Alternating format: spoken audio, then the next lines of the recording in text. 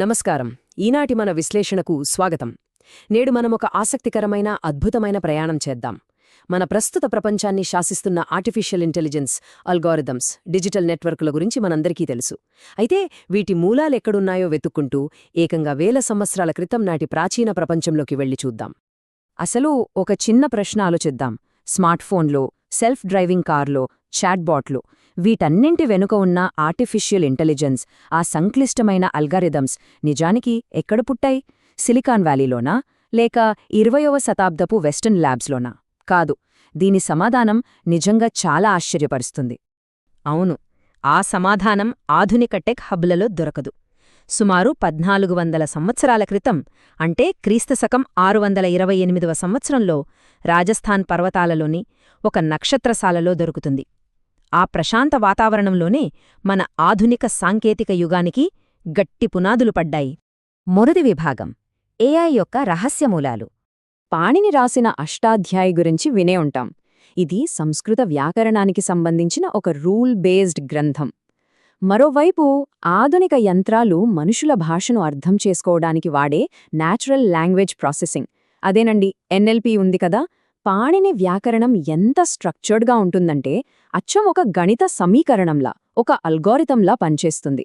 నేటి కంప్యూటర్లు భాషను ప్రాసెస్ చేసే విధానానికి ఆనాటి పాణిని నిర్మాణాలకు చాలా దగ్గరి పోలిక ఉంది.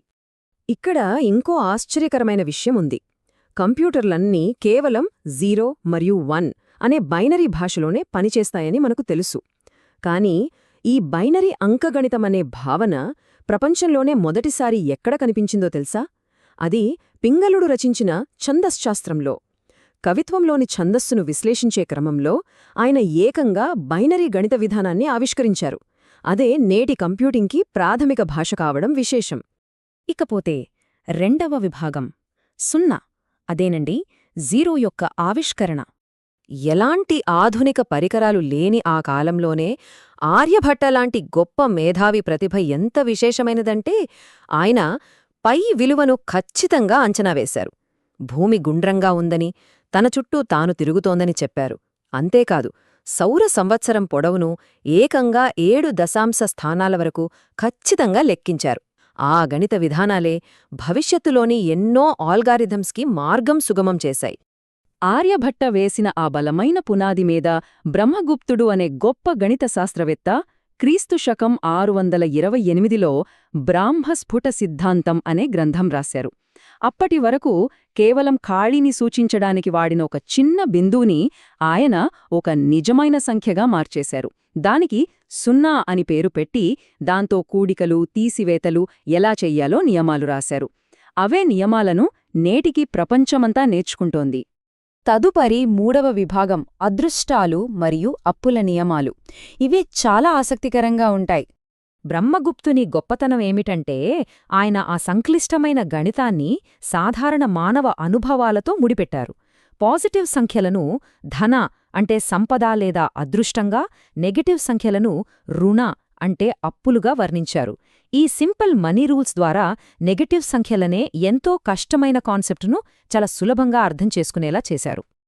బ్రహ్మగుప్తుడు సంస్కృత శ్లోకాల్లో రాసిన ఈ నియమాలు నేటి ఇంటీజర్ అరిథ్మెటిక్కి ఎలా సరిపోలుతాయో చూస్తే ఆశ్చర్యం వేస్తోంది. ఉదాహరణకు, 2 సంపదల లబ్ధం సంపదే అంటే 2 పాజిటివ్ సంఖ్యలను గుణిస్తే పాజిటివ్ వస్తుందని అర్థం.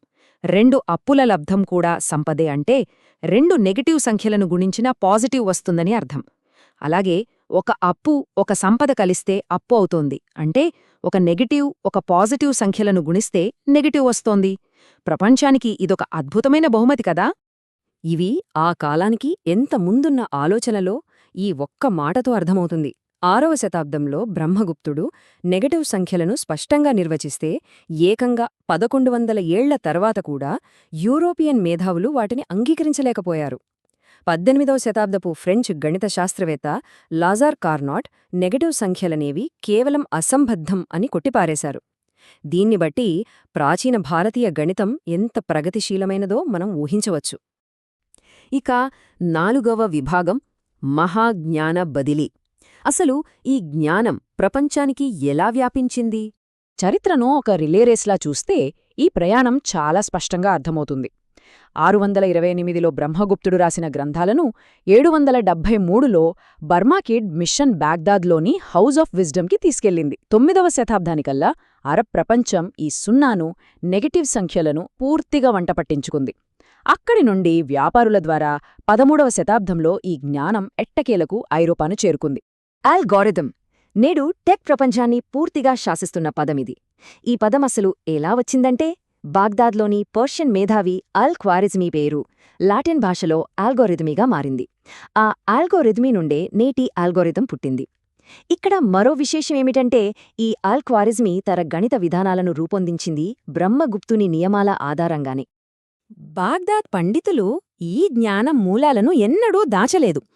అల్ ఖ్వారిజ్మీ పుస్తకం లాటిన్లోకి అనువదించినప్పుడు దానికి పెట్టిన పేరు అల్గోరిథ్మీ డి న్యూమరో ఇండోరం, అంటే హిందువుల లెక్కింపు కళ. దీన్ని బట్టి ఆధునిక అల్గోరిథమ్స్కి ప్రాచీన భారతీయ అంకగణితానికి ఉన్న డైరెక్ట్ కనెక్షన్ మనకు స్పష్టంగా తెలుస్తోంది. అయితే ఇనిత్తటి భారీ జ్ఞాన బదిలీ ఎందుకు మరుగున పడిపోయింది? విక్టోరియన్ కాలం నాటి వలసవాద దృక్పథాలే దీనికి కారణమని ఈ మూలాలు చెబుతున్నాయి. థామస్ బాబింగ్టన్ మకాలే యూరోపియన్ లైబ్రరీలోని ఒకే ఒక షెల్ఫ్ ఇండియా మరియు అరేబియాల మొత్తం సాహిత్యానికి సమానం అని చేసిన ఈ వ్యాఖ్య ఆనాటి ఆలోచనా ధోరణిని చూపిస్తుంది. తూర్పు నుండి పశ్చిమానికి జరిగిన ఈ అపారమైన బదిలీకి తగిన గుర్తింపు లభించకపోవడానికి ఇటువంటి దృక్పథాలే కారణమని చెప్పవచ్చు. 5వ మరియు చివరి విభాగం ప్రాచీన మేధస్సులు మరియు ఆర్టిఫిషియల్ ఇంటెలిజెన్స్. ఒక్కసారి గమనిస్తే ప్రాచీన భారతదేశంలోని న్యాయదర్శనం యొక్క తార్కిక వాదనలు నేటి ఏఐలోని డెసిషన్ ట్రీస్ని పోలి ఉంటాయి. వేదగణిత పద్ధతులు నేటి డిజిటల్ క్రిప్టోగ్రఫీని ప్రభావితం చేస్తున్నాయి.